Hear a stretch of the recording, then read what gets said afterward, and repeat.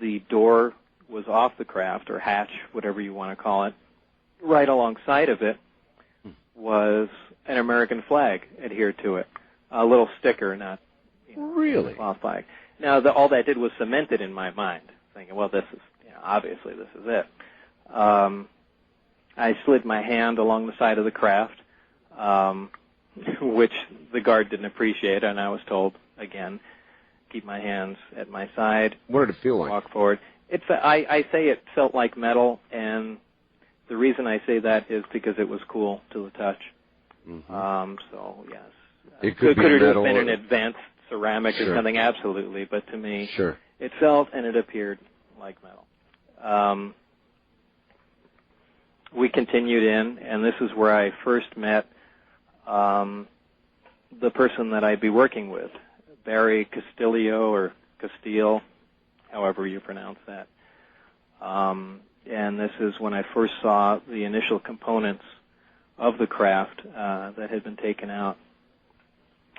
So they had begun to gut this thing then? Not this particular one. There was more than one there. How many? There were actually 9 craft, not all like this, but from what they told me, from what I saw, there were 9 craft, and don't ask me where they came from or how we got them or anything. I have no idea. Mm-hmm. But the craft were in different, really different states. Some were completely dismantled. Some looked as if they would be operational, that they hadn't been touched at all. But apparently, from what I understand, all the crafts had the exact same reactor and propulsion system in them. Did any of the craft look as though they had been in a collision or crash? No. The only one that had damage to it looked intentional. It was a craft that had it's kind of hard to describe, but the area around the craft, the lip, if you will, was very broad and flat and thin, and it looked as if it had been stood up and a projectile fired through it. The hole from the distance that I saw, it looked around 4 inches, but it could have been at any size. It looked as if the metal was bent outward, and now that could have been dropped from the sky. Someone could have fired a projectile through it. Who knows? Again, well, this is just speculation. That alone is very part. interesting. In other words, we're not dealing with Superman's cape here. Holes could be blown through it. Right. Of course, on the other hand, it's an extremely unscientific test. You take something as prized as that, you don't stand it up and fire a cannon at the thing or a howitzer. You certainly, take a small quantity off and, do your analysis of that piece. But for whatever reason, that was the only one that looked like it sustained any damage. Some of the other craft were dismantled to some point, but certainly not wrecked. The only craft that I was permitted to work on, to touch, to have anything to do with, was the craft that I termed the sport model. That's the one that you have a model of there. Well, as you turn around, as you walk in on all of this, though, Bob, No, I did not see this all at one time. I saw this one craft. Now, the hangar doors are all next to each other, and only at one time, way down the road, were all the bay doors open at one time, and I got a glance to see in what was in the other hangar doors. But for the most part, at this point, all I knew was that there was this one craft, and now in my mind, I am convinced that this is just a U.S. manufactured, extremely secret, fighter reconnaissance craft. Who knows what? But and the little American flag did that for you? Oh, without question, that was it. It's a done deal. So that's where what do you say? You look at it and say, turn around to your companion, we'll call him, and say, wow, or my God, or where did these come from? No, nothing. I just had a smile on my face, if I remember, walked into the back door, and then, the introductions began. The only other person I really interfaced with was Rene. I don't remember his last name,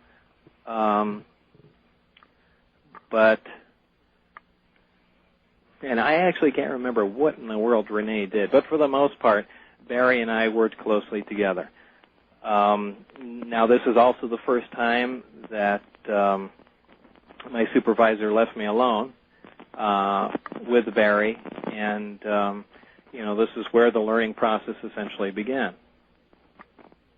This is where my view of everything changed. Did they tell you at that point what your specific job was? In other words, there it is, and it's sort of like, okay, what am I supposed to do? Well, that's what this, that's where we begin now. This is exactly what this meeting with Barry entails, is the description of precisely what I'm supposed to be working on, what my function in life is now at this place. And this is where I find out that we are essentially, well, number one, that the briefings I was reading are correct. In other words, they are extraterrestrial. Right. These craft are not extraterrestrial. The scope, the aim of our project is now to back engineer these craft, or this one particular craft, with the intention of duplicating it, or duplicating the subsystems within it using earthly materials. So that was the project. Now, this hit me quite hard at that time, and needless to say, now, this night I didn't get any sleep. It was fairly exciting before that, but and certainly Barry just telling me this wasn't enough. This is when we also had some demonstrations on what we had found out, or what information had been gleaned so far from the technology that we've seen. It was all very fantastic, and it was absolutely mind-boggling. Well, I know you don't follow all this, but I have to ask, have you seen Independence Day? Oh, absolutely, yeah. Oh, okay, good. At least you've done that.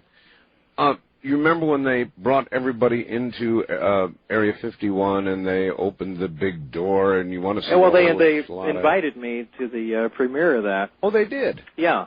In fact, they made me stand up for some reason. They made you? Yeah, and they introduced me. I see. But in fact, someone called.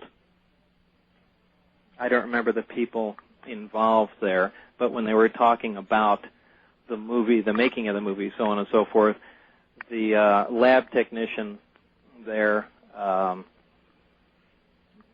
don't remember his name in the movie, but who wore the white lab coat, they called the Bob Lazar guy. Right. Yeah. Dean Devlin was the writer. I don't remember the other people that were there, but I thought that was pretty funny. But as they said, they had taken, for the movie, they had taken much of the UFO lore stories and everything that had been circulating around for years and, threw together the script in a short time and, produced it. So that wasn't, it looked nothing like that, by the way, but, the idea was the same. Same idea. All right, well, we're at an interesting juncture here, and the real fun is about to begin. Were you told that you were going to be working on one specific area of back engineering, or were you going Only. Only? Yeah, really, only? Power and propulsion system, and everything else was essentially off limits. Meaning you couldn't even touch it? No, I couldn't touch it. However, I did get to go on the craft one time, and this was for the express purpose of only seeing the placement of the reactor and how the gravity amplifiers worked, how the emitters moved freely underneath on the primary level, and just how all the subcomponents, fit together. All right, that's a good place to hold it. We're at the top of the hour. Take a good few moments to relax, and we'll be right back.